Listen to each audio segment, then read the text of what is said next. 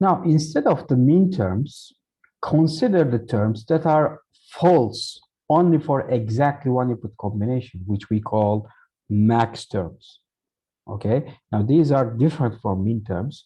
Mean terms we call are the functions or operators that are false for every possible input except for one. Now these are the other way around. These are true for all possible inputs except for just the one. So this is max term 0. Max term 0 is false only when the input combination is 0, 0, 0. And max term 1 is the term which is false only when the input combination is 1. And max term 2 is the term which is false only when the input combination is 2. And obviously, as you might have guessed, max term 3 is the term which is false only when the input combination is 3. And they are true in all other combinations. Okay? And recall that we were able to express the mean terms using only negations and AND. Here, you have to observe we can express the max terms using only OR and negation, right? M0, max term 0 is P2 or P1. Max term 1 is P2 or not P1, and so on. You get the idea.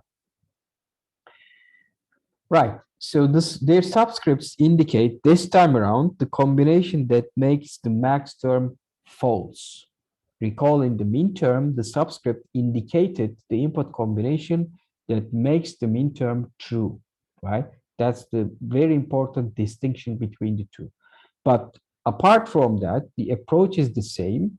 We can express any logical function, any propositional function using, again, max terms. Recall again F3.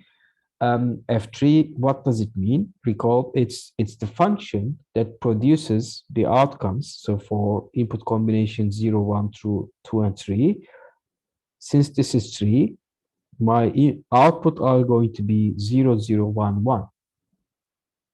And we use this observation to be able to write this as mean term 0 and mean term 0 or mean term 1. That was the way we used mean terms to write F3. This time around, we are going to focus on the false outcomes. Using max terms, what is important is the input combinations that make that function false as opposed to mean terms. Okay, so input combination 2 makes F3 false, and input combination 3 makes F3 false. Therefore, we are going to take them and we are going to put an AND between them, because in all other combinations, these max terms are going to be true. And when you combine them, the outcome will be true. But in these two specific ones, when input combination 2 is applied, M3 will be true, yes, but M2 will be false, and it will make F3 false. Similarly, when the input combination 3 is applied, M2 will be true. However, M3 will be false in this case, and it will make F3 false. That is the reason we are using an AND in between, so that even one of the max terms are false, the function itself is going to become false. So when using max terms to express a function, you need to focus on the input combinations. That function is false. And therefore, for F6, recall this is 0, 1, 1, 0. Therefore, the input combinations that lead to an outcome of false are 0 and 3. Therefore, I need the max terms 0 and 3 with an AND in between them. Similarly, F8 is the output combination is 1 0 0 0, and therefore it's false for max terms number 0, 1, and 2. Okay, and finally F0, clearly this is 0 0 0 0, and therefore it requires all the max terms. And this we call the conjunctive normal form, because in between the max terms we have conjunction and. Here's another example. This is not the same function, by the way, be careful. This is a different function from the previous example, but again we have 4 variables, and the function is now false only when the input combinations are this or this or this. Now, in the example we discussed with disjunctive normal form, the function had true values only for 3 input combinations. Here, this has false for only 3 input combinations. And this selection is not a coincidence, by the way. When true values are in the majority, you would prefer to express your function in conjunctive normal form, because it will have fewer number of components. Like this one requires 3 max terms. But obviously, you see this function is false only when the input takes on one of these 3 combinations, which means it is true for 13 input combinations. Therefore, if you would like to use min terms to represent this function, you would require 13 min terms. So it will be a much longer expression to write. But if the majority of the outputs of the function is true and just a few number of falses, you would prefer using max terms, like in this example. Okay, so when you look at these input combinations, this is 0 1 1 0, this is 1 0 0 0, and this is 1 0 1 1.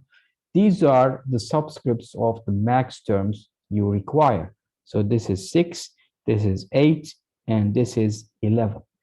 So this is the conjunctive normal form of this function. Similar to disjunctive normal form, again, recognizing the duality between and or, and multiplication and addition. Again, we call this product of sums in this case, because now it resembles the product of sum terms, because the max terms are expressed using negations and ors. They are essentially sum terms. So this is min term 6, this is min term 8, and this is min term 11. And therefore, this is the expression we use. And as a shorthand, we actually use a product pi here. And 6, 8, and 11 are the subscripts of the max terms we require. Now, finally, what is the relationship between these 2 normal forms, the conjunctive normal form and the disjunctive normal form? And you should have guessed that by now. When you express a function using min terms, you focus on the true outcomes, which input combinations are necessary to produce true outcomes, and you use those corresponding min terms. Similarly, if you focus on the false outcomes, you find out which input combinations are necessary to obtain a false outcome, and those are going to be the corresponding max terms. So therefore, suppose you have a function that is true only when the input combinations are 1, 3, 4, and 6. That means that function is going to be false only when the input combinations 0, 2, 5, and 7 are applied, right? Assuming that we have 3 logical variables, that means we have 8 min terms and 8 max terms.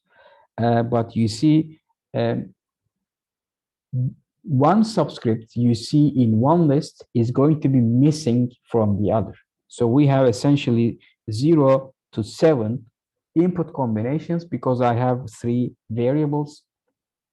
And if the function is the sum of mean terms 1, 3, 4, and 6, then it will have to be the product of the max terms 0, 2, 5, and 7, right? And similarly, if another function is the sum of mean terms 0, 2, and 7, then equivalently it can be written as the product of max terms 1, 3, 4, 5, 6, because those are the ones missing from this list.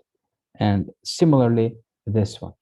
Okay, so when you have the conjunctive normal form, you can easily obtain the disjunctive normal form and vice versa in this way.